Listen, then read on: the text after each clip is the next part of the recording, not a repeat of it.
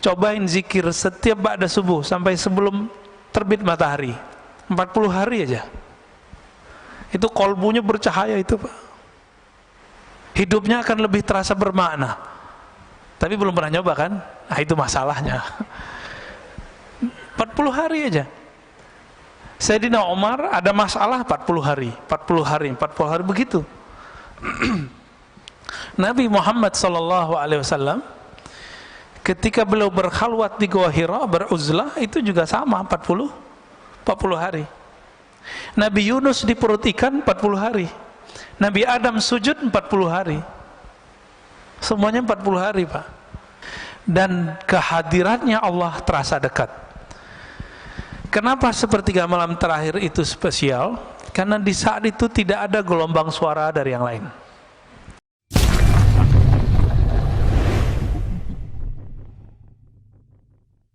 Enggak. Nabi Musa tahu dia enggak punya hak membunuh Samiri, maka dia katakan ma khatbuka ya Samiri. Harun dimarahin, ditarik jenggotnya. Umatnya disuruh bunuh diri karena taubat zaman itu bunuh diri. Faqtulu anfusakum. Giliran Samiri ngomongnya pelan sekali. Ma khatbuka ya Samiri. Jadi Nabi Musa ngeliat Samiri itu langsung bergidik bulu romanya itu. Ini serem juga ini orang, ya. Nggak sembarangan ini orang. Dan beliau dapat kalam lah kira-kira, ya. Itu bukan hak, tapi haknya umat Muhammad sallallahu alaihi wasallam. Kira-kira begitu. Maka keluarlah kalam ma khatbuka ya Samiri. Ada apa denganmu wahai Samiri? Jadi Nabi Musa ngerti Samiri itu akan menjadi yang kita sebut sekarang Dajjal. Dan yang paling unik apa? Samiri itu nama gelar, Pak. Gelar orang kampung Samara namanya Samiri.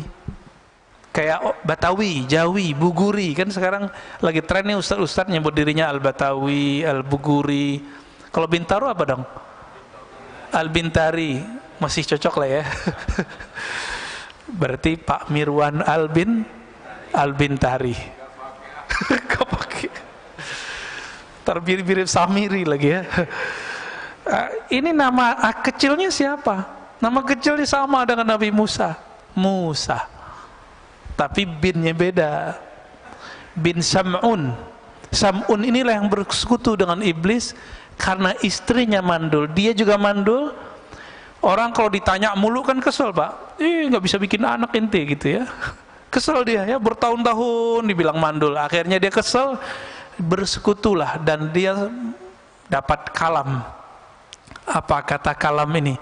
Kamu lakukanlah hubungan suami istri di kuil setan.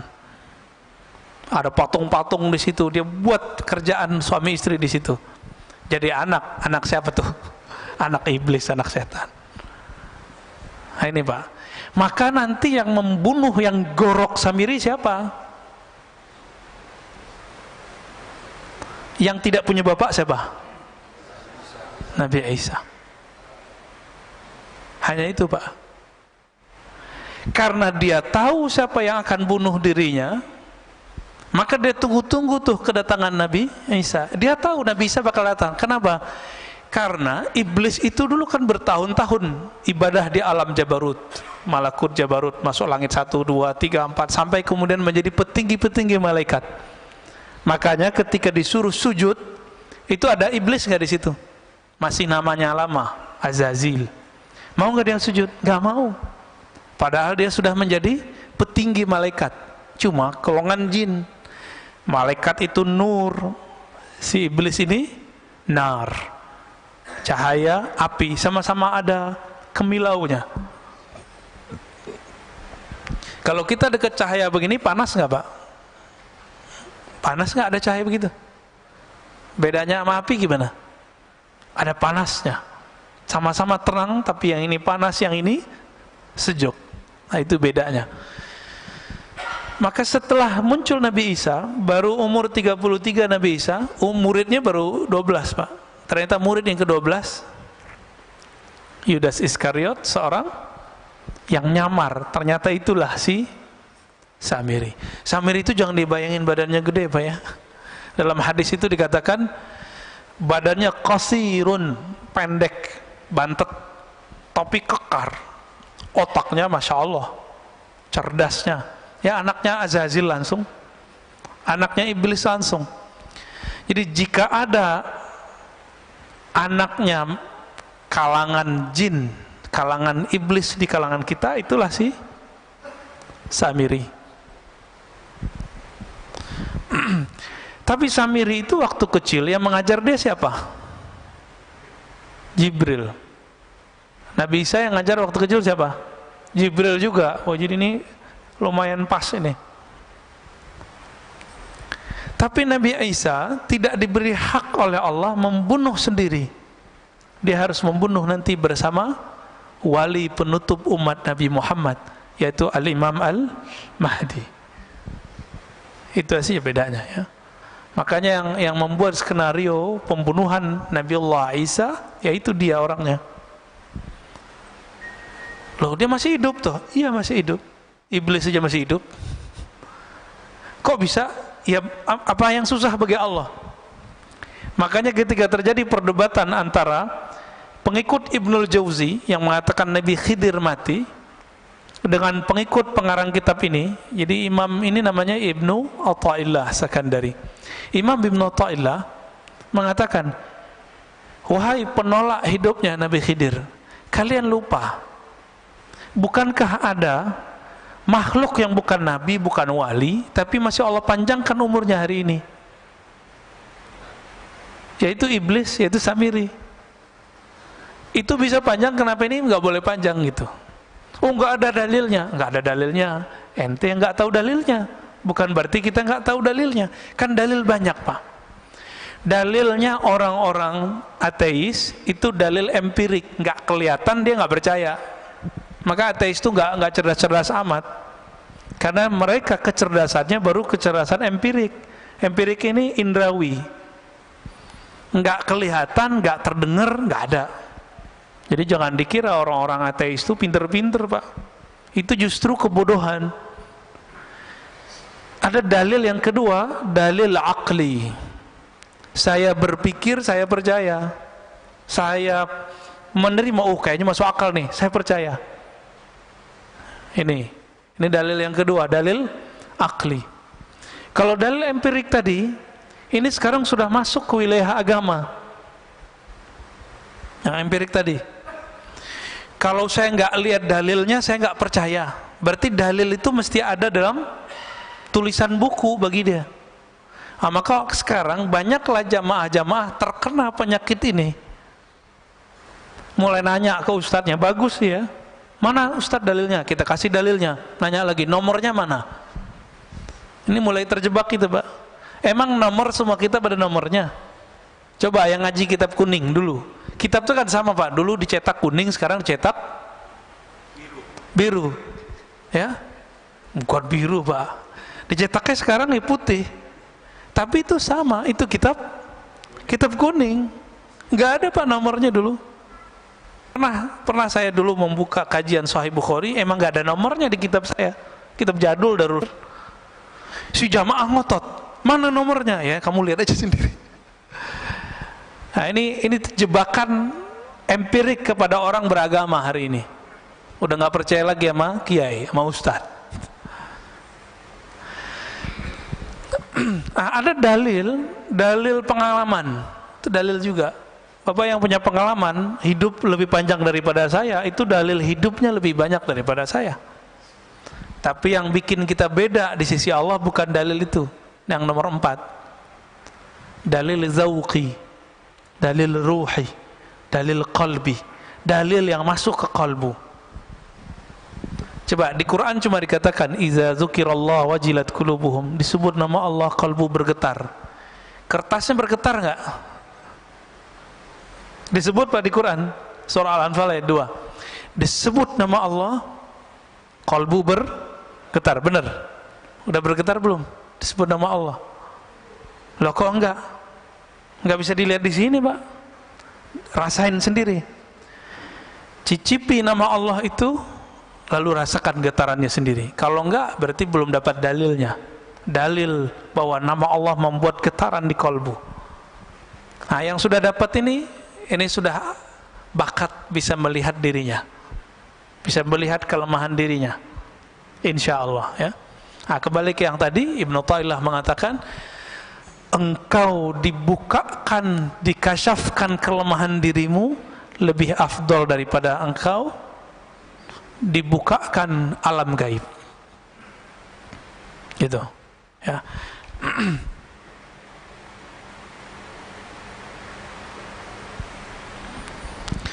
Supaya kita bisa melihat diri sendiri, gimana caranya? Supaya kita tidak terhijab oleh diri kita sendiri. Maka dalam kalam berikut beliau mengatakan, ukhruj min awsafi syariyatik, keluarlah engkau dari sifat-sifat manusiawimu. Jam segini kalau manusia sedangnya ngapain, Pak? Tidur. Nah, itu keluar dari sifat itu. Ngapain? Kalau nggak ta'lim, zikir. Kalau nggak ta'lim, zikir. Udah itu aja, Pak. Cobain zikir setiap ba'da subuh sampai sebelum terbit matahari, 40 hari aja. Itu kolbunya bercahaya itu, Pak. Hidupnya akan lebih terasa bermakna. Tapi belum pernah nyoba kan? Nah, itu masalahnya. 40 hari aja. Sayyidina Umar ada masalah 40 hari, 40 hari, 40 hari begitu. Nabi Muhammad SAW ketika beliau berkhalwat di Gua Hira, beruzlah, itu juga sama 40 hari. Nabi Yunus di perut ikan 40 hari. Nabi Adam sujud 40 hari. Semuanya 40 hari, Pak. Maka hadisnya, orang yang salat subuh, ya, man shallal fajra, orang yang salat subuh, atau ya man shalla arba'ina sabahan, yang salat 40 kali subuh ma'al imam. Di riwayat Imam Tirmizi itu ada mendapatkan takbiratul ula, mendapatkan takbir pertamanya imam. Berarti dia bukan enggak terburu-buru, ya. Maka setelah 40 hari, azharallahu ya nabi al-hikmah min qalbihi ala lisani. Allah akan pancarkan dari kolbunya ada hikmah, memancar dari kolbu, tumpah ruah lewat mulutnya. Coba Pak amalkan itu, coba sekali aja deh. Seumur hidup masa nggak mau nyoba, ya. Oleh Nabi Muhammad SAW ketika beliau hidup sudah diringkes jadi 10 hari, 10 hari setiap Ramadan. Kalau sanggup kita 40 hari, itu kita udah bisa, Pak. 4 kali Ramadan nggak perlu itikaf, nggak apa-apa, ya. Efeknya hampir lebih dahsyat 40 hari itu. Tapi karena Nabi memberi rukhsah kepada umat, karena umatmu mau cari Lailatul Qadar mulu, ya, maka dapatlah itu 10 hari.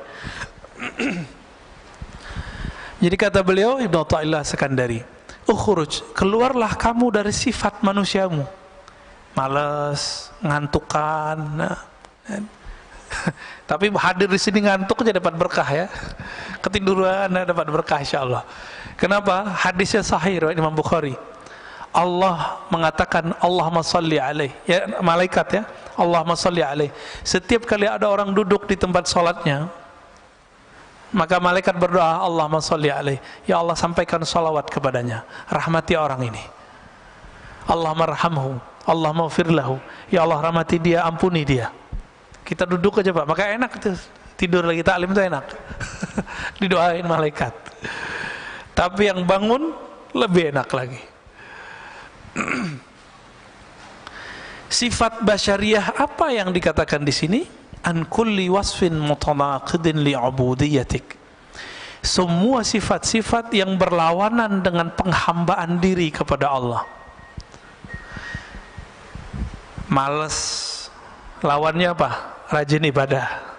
Maka sifat malas ini, ya, turunannya malas, tidur. Nah, kalau anak kampus malas ngapain? Nulis skripsi, Pak.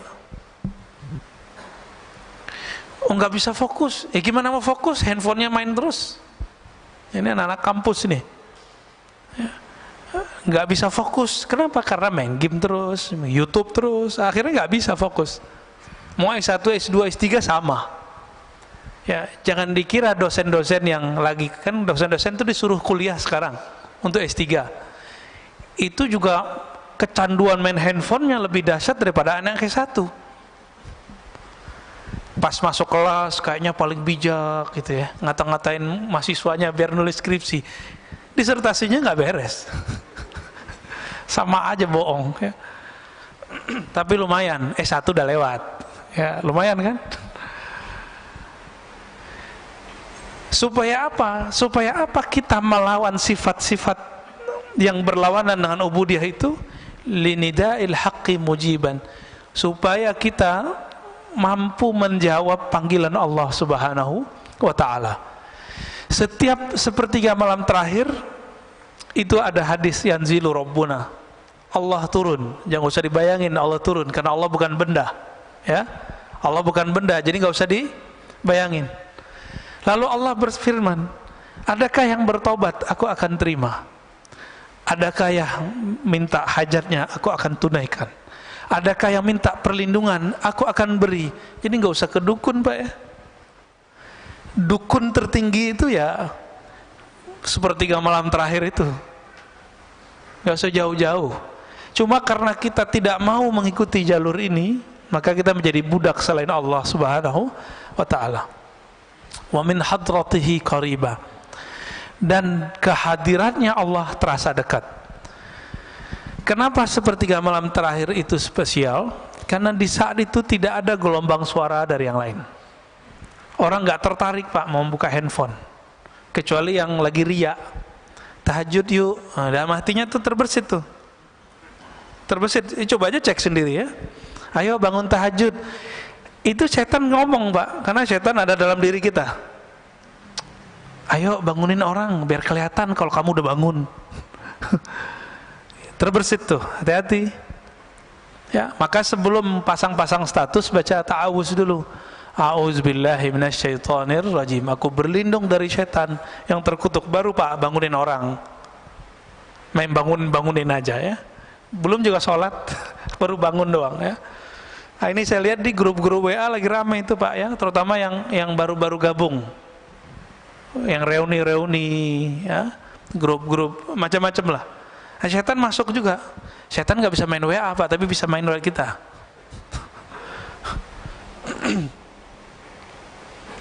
Bagian terakhir ya, aslu kulli ma'siyatin wa ghaflatin wa syahwatin ar-ridha 'anil nafs. Kenapa ada maksiat? Kenapa ada kelalaian? Kenapa ada kita ini mengikuti hawa nafsu? Apa jawaban beliau? Pokok penyebabnya adalah satu, ar-ridha 'anil nafs. Kita meridhoi kehendak diri, kehendak nafs, hawa nafsu. Contohnya nih, kalau melihat yang bening-bening itu nafs bukan? Benar ya? Kita membiarkan mata kita terpapar Pak. Ya sama aja, mau ustadz ke ustadz sama aja, pendeta nggak pendeta sama Pak, biksu nggak biksu sama, mau dia vegetarian, mau dia makan daging sama. Jadi jangan dikira orang vegetarian nafsunya rendah, enggak. Orang nggak bernafsu ya nggak makan. Yang nggak makan gimana tuh? Ya puasa terus setiap hari. Tapi tunggu dulu, kalau puasanya puasa Daud, itu nafsunya masih bisa besar Pak. Makanya Nabiullah Daud istrinya 100, gundiknya kita nggak tahu berapa. Kan raja, istri resminya berapa? 100, budak-budaknya lebih banyak. Nabiullah Daud, itu puasa Daud loh. Jadi beberapa kiai di Jawa itu menemukan ternyata obat kuat alami itu namanya puasa Daud. Jadi kalau cuma puasa Daud itu bukan melemahkan syahwat, justru syahwatnya tambah kenceng ntar. Ya. Nabi Daud karena tahu dia tambah kenceng, ini ya nikah lagi. Coba kita kan di Indonesia susah mau nikah lagi Pak. Curhat curcol ya. Itu Pak Mirwan tuh yang curcol tuh, bukan saya ya.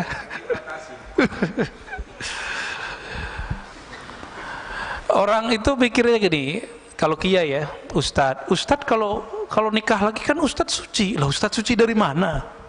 Seharusnya ustadz lebih mampu menjaga syahwatnya. Justru itu salah. Imam Asyuti melihat kenapa ya para nabi ini banyak istri. Imam Suyuti mengatakan dalam syarah beliau dalam hadis Nasa'i, karena para nabi itu beban rohaninya berat, Pak, dan pengalaman rohaninya jika itu datang, yang mampu menawar rasa itu cuma menikah. Nah, Nabi Muhammad itu seharusnya kan boleh nikah 100 Nabi Muhammad, tapi beliau mendiskon dirinya sendiri. Seharusnya beliau boleh menikah seperti Nabi Sulaiman, 400 Pak istrinya Nabi Sulaiman. Hadisnya sahih itu. Ada di hadis sahih, ada di Bible. Jadi yang coba ngejek-ngejek Nabi Muhammad, kasih tahu aja, Solomon istrinya 400, guntingnya 600. Ya. Kenapa begitu? Karena ketika orang mendapatkan pengalaman rohani, itu namanya ahwal. Itu gejolak dalam dirinya. Itu hanya bisa ditawar, bisa diredam cuma dengan menikah. Itu sebabnya para nabi itu istrinya banyak. Loh, kok begitu Ustaz? Ya, emang begitu, mau gimana lagi? Ini mohon maaf. Kenapa di surga yang disebut selalu hurul ain, al-hurul ain, hurul ain, bidadari, bidadari, bidadari. Mohon maaf ya. Kenapa? Ya bukan. Kalau Quran turun di Arab, ya bukan Pak. Quran turun di bumi, sama, mau di Arab mau di mana sama. Pak Mirwan ditaruh gadis depan masih minat loh, walaupun sudah umur berapa? 67 masih minat itu. Tuh tandanya. Kalau kuat kan nggak tutup mata. Kenapa? Iming-imingan surga itu selalu bidadari. Syahwat kan urusannya.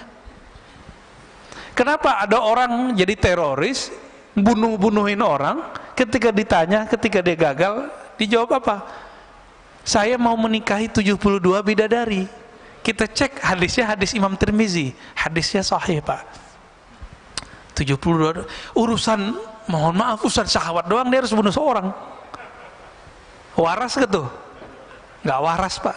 Maka kadang-kadang orang beragama kalau caranya tidak benar, jadi nggak waras. Otaknya syahwat aja tuh ya, mikirin bidadari yang montok-montok gitu ya. Kenapa? Ternyata di surga itu nikmat paling tinggi itu memandang Allah. Satarawna rabbakum kama tarawna syamsa bila sahab, kama tarawna al-qamar fi lailatul badr. Kamu akan memandang Allah nanti di surga seperti memandang matahari tanpa ada awan, memandang rembulan di bulan purnama, di malam bulan purnama. Dan itu memandangnya lebih nikmat dari semua nikmat seksual. Kita pengen ngurusin mata aja harus kena macet dulu di puncak. Enggak. Sekarang diam-diam tuh orang ke puncak. Ya biar enggak di swab, nggak antigen, bener nggak?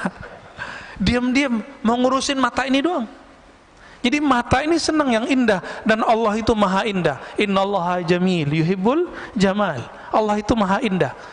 Keindahan Allah Subhanahu wa taala itu tidak bisa diakses oleh sembarang orang. Apalagi yang berharap dapat nikmat syahwat doang di dunia, di akhirat. Maka surga itu ada surga namanya jannatur ru'yah, surga memandang. Itu yang Nabi sebut tadi. Ada jannatus syahwa, jannah surga syahwat. Setiap masa, setiap satu hari, harinya surga berapa hari kita? Alfasanah, 1000 tahun. 1000 tahun kita baru satu hari di Firdaus, surga paling tinggi Pak. Itu mereka setiap hari mampu melihat Allah Subhanahu wa taala, diizinin sekali. Tapi yang di bawah Firdaus, kalau tadi sekali sehari surga, mungkin mereka sekali setahunnya surga. Kalau sekali setahunnya surga dihitung aja Pak, berapa ribu itu? Anggaplah sekali 1000 tahun mereka baru bisa melihat Allah, dan Allah memperlihatkan dirinya sekali. Ketika Allah tidak memperlihatkan dirinya, apa yang terjadi? Mereka mempunyai rasa rindu melihat Allah, musyfiqun, ya, rasa takut plus rindu. Rindu. Ini murid aja kalau sama guru bisa rindu. Jadi kita punya teman itu pengen sekali ketemu, nggak tahan dia mau ketemu Pak. Ada, ya, pengen ketemu gurunya.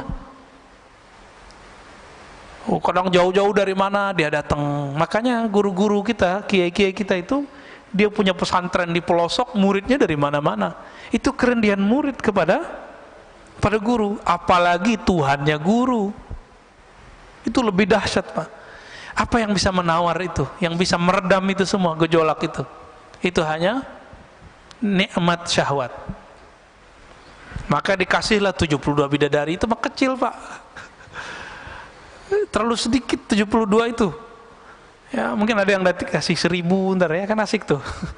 Tapi bisa nggak menawarnya? Dia hanya sesaat. Makanya ahli surga itu nanti mencari ilmu ma'rifatullah lagi kalau dimasuk surga. Mumpung masih di dunia, cari Pak ilmu ma'rifatullah sekarang. Jangan cuma ilmu zahir doang yang dicari. Cari ilmu ma'rifatullah. Saya lagi belajar zikir, zikir beda dengan ilmu ma'rifatullah. Zikir itu cara mendekat. Kalau ma'rifat itu keilmuan, masuknya ke alam rohani. Cari ilmu itu mumpung masih dunia. Tapi hati-hati, sekarang di YouTube banyak yang begitu, nggak usah dipercaya, ya. Sekarang di YouTube tuh banyak yang ngaku-ngaku kajian-kajian ini, kajian Nur Muhammad, kajian, ada yang benar ada yang enggak Pak, ya.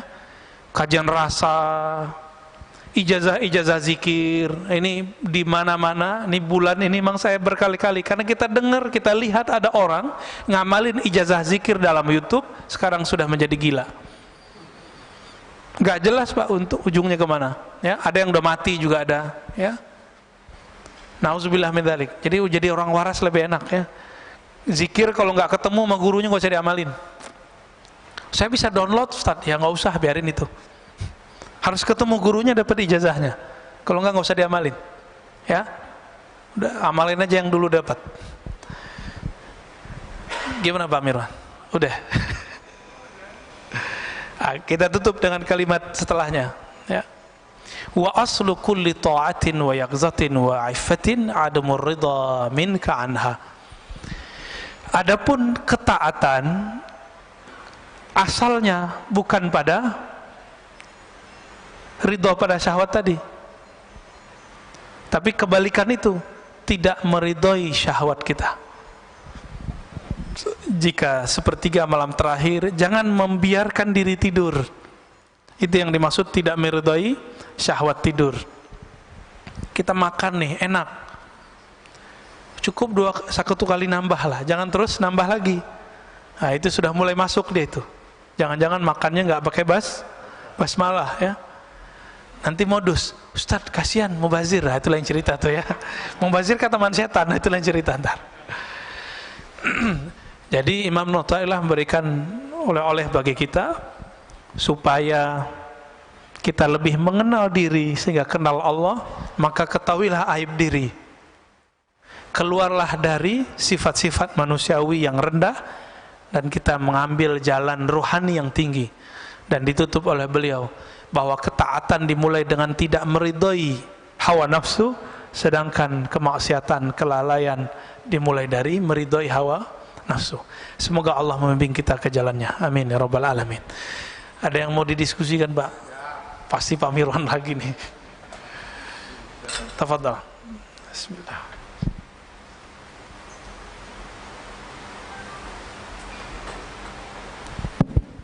Assalamualaikum warahmatullahi wabarakatuh. Waalaikumsalam warahmatullahi. Tadi dikatakan bahwa Musa Samiri, Musa bin Sam'un As-Samiri. Musa Samiri itu sekarang pun sudah ada. Kita semuanya menganggap Musa Samiri itu waktu zaman Nabi Musa aja, habis itu sudah tidak. Ya.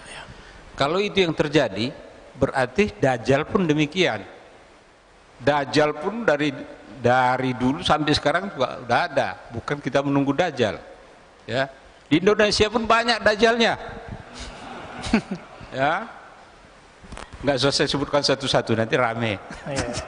Jadi saya kira ngapain nunggu-nunggu Dajjal datang nanti? Dajjal sekarang aja kita basmi. Demikian, assalamualaikum warahmatullahi wabarakatuh. Iya, Samiri itu ya Dajjal, Pak.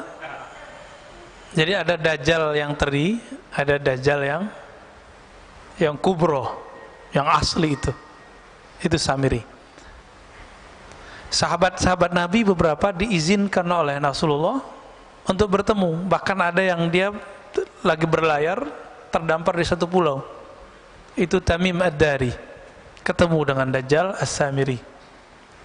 Di satu pulau yang mana kita nggak tahu, Pak. Kan katanya pulau, bukan pulau Seribu, Pak. Apa segitiga Bermuda apa ya, wallahu alam, kita kan nggak ngerti, itu urusan Allah lah ya. Jangan berspekulasi. Mungkin itu salah satu pulau-pulaunya, tapi itu bukan satu-satunya ya. Lalu ada Dajjal yang artinya maknawi. Apa kata Nabi? Setelahku la nabiyya ba'di, tidak ada lagi nabi. Tapi akan muncul salasuna dajjalun. Muncul 30 dajjal. Jadi Nabi kasih angka 30. Itu yang gede-gede itu. Yang pokok-pokoknya aja. Mulai dari Musailamah Al-Kazzab. Namanya Kazzab. Kazzab Dajjal sama artinya. Jadi Musailamah Al-Kazzab itu ngaku dapat wahyu. Jadi ternyata nabi-nabi palsu ini juga dapat kasyaf dia. Ada yang masuk ke dalam dirinya. Hati-hati, Pak ya. Yang dapat bisikan-bisikan belum tentu dari Allah tuh ya. Siapa tahu dari iblis ya. Karena tadi iblis Azazil ini punya ring satu tadi, sekitar 70-an ribu, itu datang kepada calon-calon wali membisikkan kalam-kalam yang dulu iblis dapatkan sama saya masih menjadi malaikat, menjadi bagian dari malaikat. Jadi iblis itu mempunyai memori takdir. Itulah yang diceritakan kepada dajjal-dajjal teri itu. Makanya kalamnya pengikut-pengikut dajjal yang ini persis seperti yang terjadi. Dia bilang akan terjadi ini, kejadian, Pak. Karena itu memori lama yang dia dapatkan dari Azazil. Gitu, ya. Ya mirip-mirip kayak nabi, tapi nabi palsu. Nabinya iblis. Wali, tapi bukan waliur rahman, tapi wali syaitan. Ya. Jadi nggak usah kita membasminya pakai apa, Pak? Karena dia masuk lewat intelektual, kita masuk lewat intelektual. Dia mau membongkar iman, maka kita pertahankan iman. Nggak perlu kita bunuh, Pak, dia ya. Itu Pak Mirwan aja yang ngurus start. Ya, tafadhol. Ada lagi?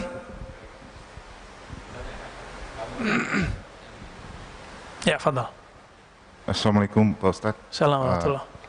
Izin bertanya, mungkin ada kaitan juga dengan topik kita pagi ini, dan di beberapa ceramah Buya yang lain juga pernah disebutkan tentang panjang angan-angan.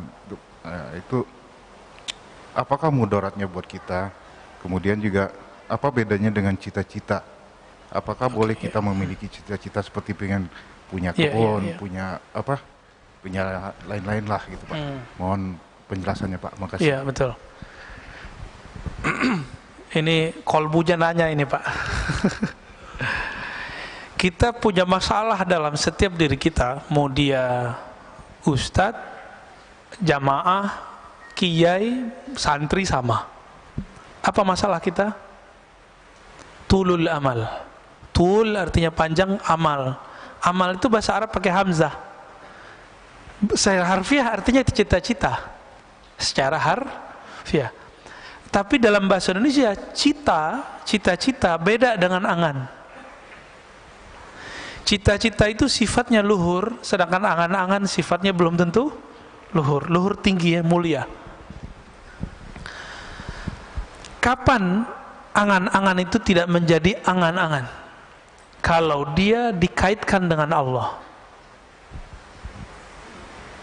Contohnya nih, ya. Saya pengen umroh, angan-angan. Beda nggak dengan saya berniat umroh? Itu beda. Kalau ingin umroh cuma bilang, dia Allah, orang umroh saya kok enak ya, gitu doang, Pak, nyesek di badan. Coba kalau bisa umroh, itu angan-angan namanya. Tapi kalau sudah namanya cita-cita, saya mulai nyicil. Karena cita-cita bahasa Indonesia itu sudah ada niat di dalamnya. Niat itu pasti karena Allah, itu bedanya. Jadi ketika dilibatkan Allah di dalamnya, dijadikan Allah sebagai tujuan akhir, maka angan-angan langsung berubah menjadi niat. Langsung berubah jadi niat, Pak dia. Bapak niat, misalnya nih, ada di antara antum yang masih ngontrak misalnya. Misal, sedih gitu, ya Allah, ngontrak saya, ya Allah. Kasihan anak-anak, rumahnya kecil. Lalu kita berdoa, ya Allah, saya ingin menunaikan kebutuhan anak istriku, tolong izinkan ya Allah. Lalu orangnya bekerja. Itu baru namanya niat. Kalau angan-angan gimana? Tidur aja, Pak. Angan-angan aja. Kalau ada temannya beli rumah, nyesek aja. Orang nyicil rumah, nyicil doang, ngejek ya. Nyicil kan lebih cakep, Pak, daripada ngontrak. Kalau nyicil dia nyewa tapi berujung dengan kepemilikan, ya enggak? Kalau nyewa mau 1000 tahun nyewa tetap aja nyewa. Nah, itu beda orang berniat dengan orang berangan-angan. Dan tulul amal ini adanya di sini, Pak, di fikrah. Sini dia. Ketika tidak dilibatkan kolbu, maka dia menjadi angan-angan. Dan biasanya bikin orangnya suka ngayal, suka melamun. Nah, beda dengan yang berniat. Kalau yang berniat, diamnya berpikir. Kalau yang angan-angan ini, diamnya melayang. Diamnya ngayal aja, gak jelas. Kalau udah ngayal, setan masuk nggak? Masuk. Tapi kalau berpikir, setan susah nembus. Jadi setan itu nggak bisa nembus orang mikir. Itu hebatnya. Nggak perlu kita sakti untuk melawan setan, berpikir aja. Nggak masuk, Pak, setan. Abu Bakar karena berpikirnya cepat, dia langsung tahu, kalau Muhammad yang ngomong saya percaya. Tuh pikirannya main, fikrahnya oke. Jadi fikrahnya salim. Jadi nggak tulul amal. Ya. Sayyidina Umar banyak nanya. Tapi setelah fikrahnya selesai, dia pertanyaannya sedikit. Nah, ini dia. Jadi boleh nggak kita bercita-cita? Ya harus bercita-cita. Nah, cita-cita ini kalau dalam bahasa Arab yang positif itu disebut himmah aliyah. Coba kalau nanti saya mapan, saya akan tahajud setiap malam. Ya, saya akan misalnya bagaimana? Kayak Pak Mirwan nih, jamaah setiap saat. Saya akan tahfiz Quran, itu namanya cita-cita, himmah. Bahasa Arabnya himmah aliyah. Tapi coba cek, Pak, nanti. Kalau dia sudah mapan, dia kerjakan nggak yang dia cita-citakan dulu? Maka di hikam nomor 2, itu disindir orang-orang yang tuh dulu punya cita-cita tinggi, setelah dia mendapatkan kesempatan itu, cita-citanya dia pinggirkan. Ini setan kan nggak akan diem. Setelah semua cita-cita Bapak terwujudkan, maka dikirimlah handphone ke kita, dikirimlah TV online kepada kita. Apa yang terjadi? Kita bisa duduk di depan TV 2 jam, bisa di depan YouTube 2 jam, tapi tidak bisa zikir 2 jam, nggak bisa baca Quran 2 jam. Ini tanda-tanda kalau antum tuh perdaya semua. Sama, saya juga begitu. Ya,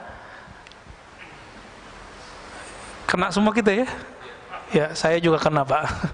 Sama-sama kita perbaiki. Ya, ada lagi, Pak, cukup? Cukup lah ya. Oh, masih ada. Ini Ahlul Bait ini. Assalamualaikum, Ustaz. Caranya 2, Pak. 1 berguru. Nanti guru itu kasih guidance, kamu amalkan ini. Karena kita percaya sama guru ini, kita tahan, Pak, 2 jam di depan mushaf. Itu 1. Yang kedua, kalau udah berguru, ilmui apa yang diamalkan. Sahabat itu kenapa sanggup zikir dari ba'da subuh sampai zuhur? Itu mereka nggak beranjak, karena dia tahu rahasia zikir ba'da subuh sampai syuruk, apalagi lanjut gitu. Kayak weekend begini, katanya kalau sudah mapan pengen di masjid aja, ya kena corona, Pak. Intinya masjid apa? Zikir toh. Intinya masjid baca Quran, intinya masjid taklim. Ini taklim bentar aja udah gelisah, ya kan? Udah syuruk nih. Ini cara setan nipu nih Pak, hati-hati. Hati-hati di situ. Ya. Nah, tapi yang belum tahu ya nggak apa-apa. Lebih afdal ngaji apa sholat? Hah? Ngaji, beneran. Dulu Imam Malik lagi taklim, azan, kan beliau ngajarnya di Masjid Nabawi, azan Pak. Tiba-tiba ada seorang murid langsung dikemas tuh kitab-kitabnya, dimasukin ke kopernya lah kalau gitu sekarang. Lalu Imam Malik nanya, bro, ente mau kemana? Mau sholat sunat Tuan Guru. Apa kata Imam Malik? Oh gitu ya, menurut kamu lebih afdol berilmu atau sholat sunat? Apa jawaban dia? Bingung juga deh Pak. Tapi dia pikir-pikir, iya ya, berilmu. Udah, nggak jadi Pak, dia taruh lagi kitabnya. Masih ingat ada dalil hadis bahwa Allah lebih suka kepada orang alim yang tidur daripada orang yang tidak berpengetahuan lagi sholat. Karena orang yang nggak berpengetahuan sholat, dia merasa dirinya alim, dia merasa dirinya lebih mengerti, dia merasa dirinya suci dengan sholatnya. Coba Pak, kalau semua orang kayak tadi, wah syuruk nih pada sholat semua, saya ngomong sendiri dong. Kan kacau itu. Ini akibat ya, akibat kita nggak bisa melempatkan sesuatu pada tempatnya. Cuma 2 kali seminggu kok, sekarang udah dihapus kok yang pagi-pagi yang lainnya kan. Udahlah ya. 3 lagi. Udah Pak, kalau nggak ada nggak usah ditahan Pak.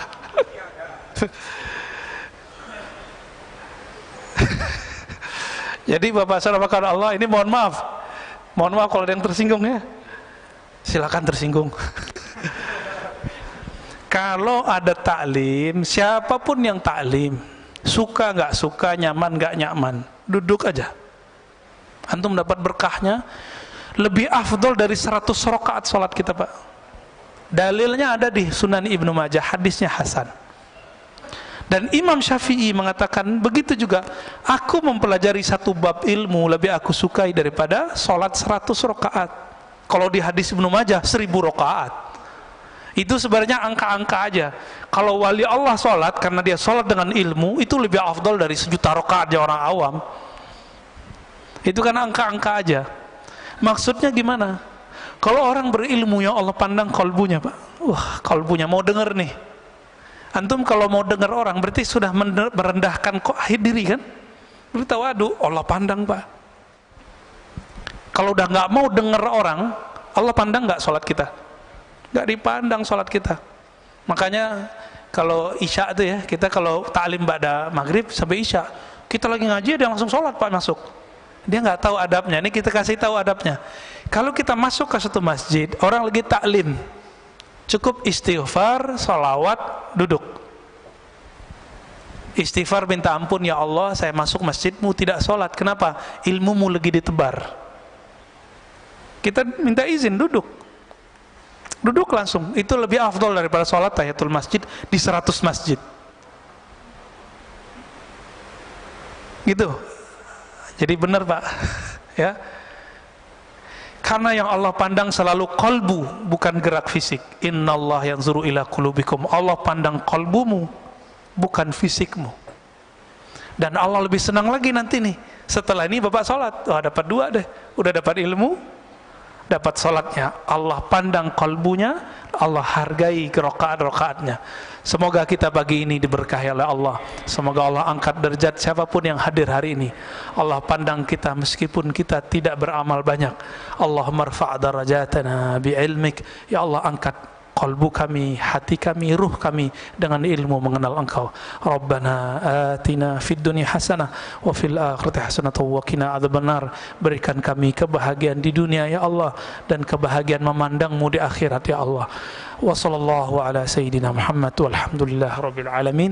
Assalamualaikum warahmatullahi wabarakatuh.